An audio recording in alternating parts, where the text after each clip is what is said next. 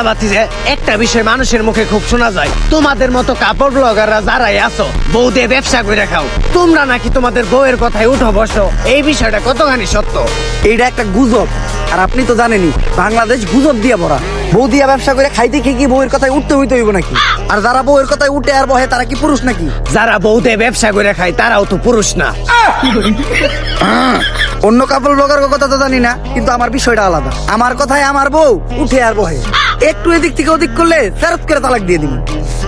যাক কাকা, আপনি একটু বাইরে দিয়ে বহেন, আমি আর আমার ওয়াইফ রেডি হয়ে যাইতাছি। তোর কথাই আমি উঠি আর বহি? না জান, আমি তোমার কথায় উঠি আর বহি। তুমি কইলে উঠমু, তুমি কইলে বমু, তুমি যদি হইয়া পড়মু।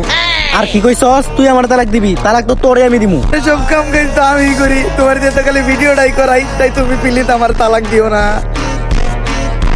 ভাতিজা, আমি মনে হয় আমার মাইকটা রেখে গেছি।